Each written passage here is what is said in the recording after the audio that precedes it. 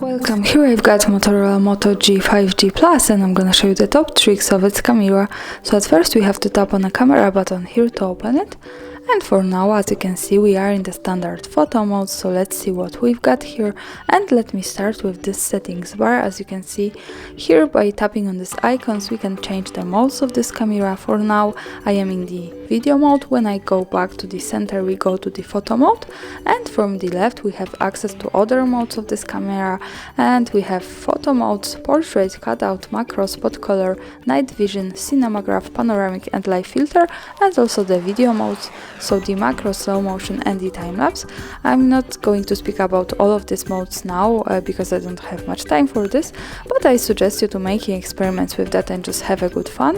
And now let me show you one of my favorite here, so the spot color. Let's tap on this. So here we have access to it, and this mode gives us possibility to tap a selected color, so the color stays at the picture and the rest of the picture is black and white. So let me show you how it works. This is my object, and when I tap on it, as you can see, all of go to the black and white colors and this stays green. And also here, by using this slider, we can change the intensity of this kind of filter and decide if we want to less things color it or more. So this is how it works. And now let's go back to the standard camera photo mode and let me show you how it works here. So let me start by tapping on the screen anywhere like that. As you can see here, we have access to this ring. This is the focusing. We can focus anywhere we need, and this is connected with this slider. This is the exposure compensation. By using this, we can make our photo just more bright or dark as we need. As you can see, this is how it works here. Now let's go to these buttons here from the left. Here we can change the lenses of this camera. For now, I've changed it to the ultra wide lens.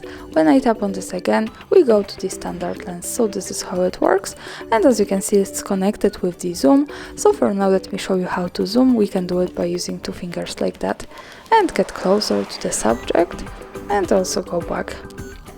So this is how it works. For now, let's go back to the standard lens and let's move to the settings bar. Let me start from the left.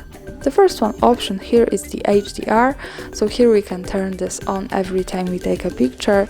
We can turn it on the auto HDR, so the camera recognizes when it's needed. And I suggest you to keep this on the auto because the HDR helps to improve the details in the brightest and darkest areas of our picture. And this is really cool and make our photos just more beautiful and really helps. So let's move to the next one button. Here we have the flash. We can turn it on every time we take a picture. As you can see, we can turn on auto flash, so the camera recognizes when it's too dark, and we can also turn this off here. So let's go to the next one button. Here we have the camera timer. We can change the delay of taking picture. We can pick from 3 or 10 seconds of delay. So for now, let me pick 3 seconds of delay to show you how it works. And let me take a photo. As you can see here, we have the countdown. And the picture was taken with 3 seconds delay. So this is how it works. For now, let me keep this turned off and let's move to the next one option. Here we have the active photos. This is also a really cool option because here when we have this turned on, we get at the same time the picture and the short clip. So we can turn this on every time we take a picture. We can also turn this on the auto, so the camera recognizes when it's possible to have this. So for now, let me keep this turned on and let me show you how it works. So this is my object again, and when I take a picture, we can go here to the right corner at the bottom to the gallery. So this is the photo, and we can play it right here.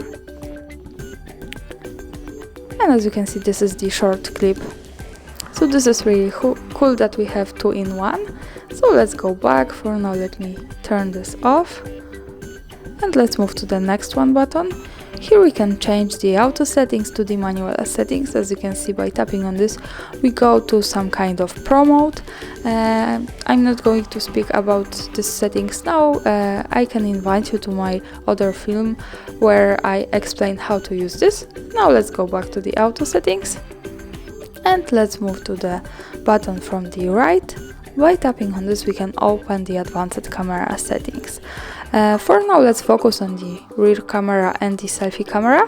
And the first option I want to show you here is the photo size. As you can see here at the first place, we have this, and also with the selfie camera, it works the same. So by tapping on this, we get access to the ratio connected with the resolution. As you can see here, we have 4:3 ratio, which was now, and this is connected with 12 megapixels, the recommended resolution, and also the 8 megapixels. So this is how to change this. We can change the ratio to 16 and 9, so this is a little bit shorter one here, and this is connected with 9 megapixels, the recommended one, and the 6 megapixels. So let's also go back to the camera and let me show you how it looks like. As you can see, this is a little bit longer ratio than 4:3, and this is how it works. We have also access here to 21:9, and this is the full screen ratio of this camera with 6 and 9 megapixels, the recommended quality, and 4 and 6 megapixels. So this is how it looks like. Let's stay on this and let's go back again to the camera. As you can see, this is the full frame, and we can also easily go back to 4:3, the first one. And the same thing happens in the selfie camera. So by tapping on this, we also get access to the ratio connected with the resolution.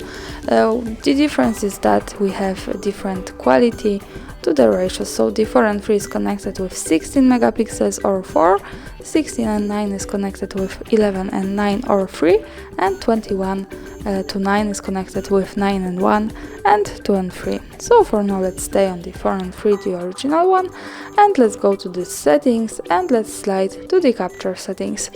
Now let's focus on the second option here, tap anywhere to capture. This is also a really cool thing. By tapping on this button, as you can see, we can turn it on and turn it off like that. This is how it works. And let me keep this turned on. Let's go back to the camera. As you can see here, we have also the quick tutorial, so we can tap anywhere to capture a photo. Got it. And let me show you how it works. By tapping on the screen now anywhere like that, I can easily take a picture. So this is really useful thing here. So now let's go again to this capture settings and let's move to the shooter sound. Here, by using this button, we can turn off and turn on the shooter sound of this camera, as you can see. And now let's move to the assistive grid. By using this button, we can turn on and turn off the camera grid lines. So this is how it works. So let me keep this turned on and let's go back to the camera. As you can see, it shows us these lines, and this is useful when we want to use the rule of thirds in photography and making experiments with composition.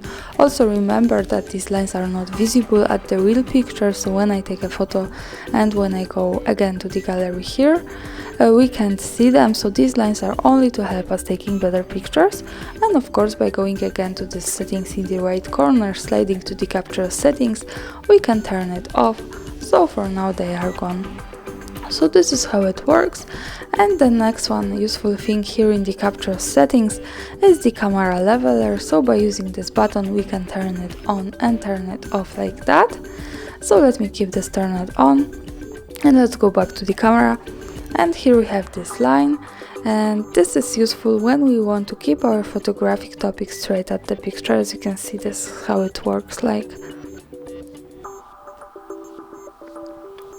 And of course, we can easily turn this off by going again to the settings and tapping on the leveler option again here in the capture settings. So for now, also this line is gone.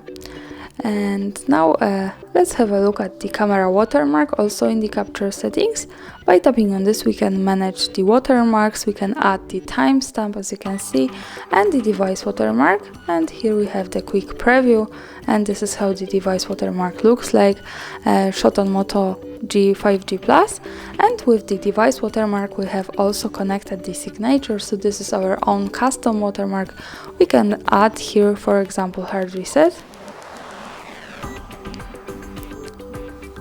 And as you can see in the second line we have the custom watermark, but remember that we can't add the signature without the device watermark, so this is connected.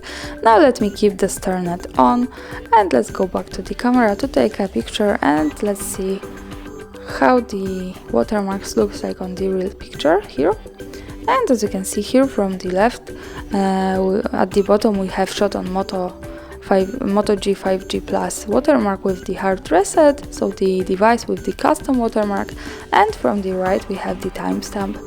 So this is how it works. Of course, to turn this off we go back to these settings, slide to the capture settings, tap on this and tap on this button. So for now this option is turned off. When we take another picture we can see at it the watermarks.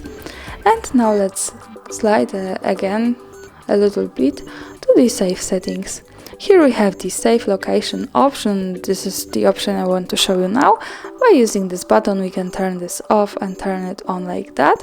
And here we can save the location of the picture, but remember, to make it work correctly we have to be connected also with the internet, for example the Wi-Fi, and we have to turn on the location of this device, so remember about these two parameters to make it work. And now let me keep turned on all of these settings, and let's go back to the camera to take another picture. Now let's go again here to the right corner at the bottom to the gallery. So this is the picture. To check its location we have to just simply slide a little bit down as you can see, and here we have the more details and the location with map. So greetings from Kraków, Poland. This is how it works, and that's all. Thanks for watching, subscribe our channel and leave the thumbs up.